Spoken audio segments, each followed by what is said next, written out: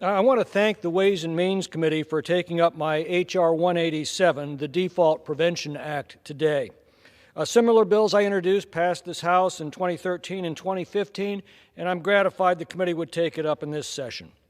The bill simply provides that even if there's a fiscal impasse in our deliberations over the debt limit, the debt of the United States will always be paid in full and on time. Frankly, that's already the law.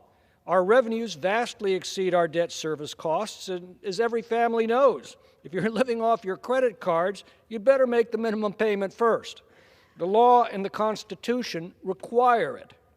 The Organic Act that established the Treasury Department in 1789 is clear on this point. Quote, "It shall be the duty of the Secretary of the Treasury to digest and prepare plans for the improvement and management of the revenue and for support of the public credit." Repeat, the management of the revenue and the support of the public credit. The Constitution is also crystal clear. The 14th Amendment commands that the public debt is not to be questioned. The GAO spelled it out so there'd be no doubt when they answered the Senate Finance Committee in 1985. Quote, "Treasury is free to liquidate obligations in any order it finds will best serve the interests of the United States." And yet, over the years, various presidents have threatened to default on the debt as a way to roil markets and pressure lawmakers to bend to their will. This president, sadly, is no different. But even while the Obama Treasury Department was denying it had the ability to prioritize payments to pay the debt first, we later discovered it was making preparations to do exactly that. We also discovered documents that revealed the Federal Reserve officials were appalled that the administration would ever suggest defaulting because such statements ran a severe risk of panicking credit markets. We're hearing those same statements today from some Democrats in the Congress and in this administration. The Default Prevention Act simply takes this threat off the table. Amendments being offered by the committee also require priority be given to Social Security, Medicare, and defense to assure no president can threaten to hold seniors or service members or veterans hostage as well. Nor is this unusual. Most state constitutions provide that first call on any revenues is to maintain and protect their sovereign credit.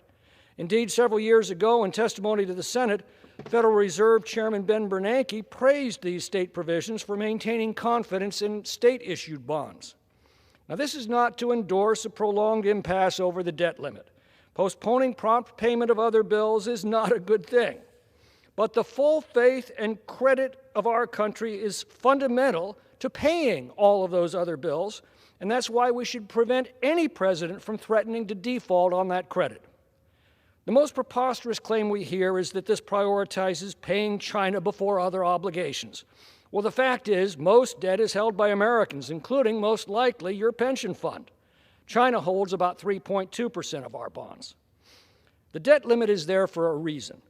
If your family's living beyond its means and needs to seek an increase in its credit limit, it had better sit down around the kitchen table and have a very serious discussion over the circumstances that have gotten it into this predicament and what steps it needs to take to get out. That's why we have a debt limit, to have exactly that discussion as a nation, which is why it's so disturbing when the president says he's not even willing to discuss the subject. Well, considering the fact that he's added $3.7 trillion to the national debt in just 25 months in office, that's irresponsible. Not discuss it? Why in the world does he think we have this building with the dome on top in the very center of our capital city? It was built exclusively to have these discussions, to talk out our differences, and to reach a wise and satisfactory conclusion for our public policy questions. Not discuss the biggest fiscal threat our nation has ever faced? He can't be serious. But serious or not, no president should have the ability to threaten to default on our debt, to destroy the full faith and credit of the government, or to take hostage our seniors, our veterans, and our other service members. This bill prevents him from ever threatening to do so again, and it needs to be enacted.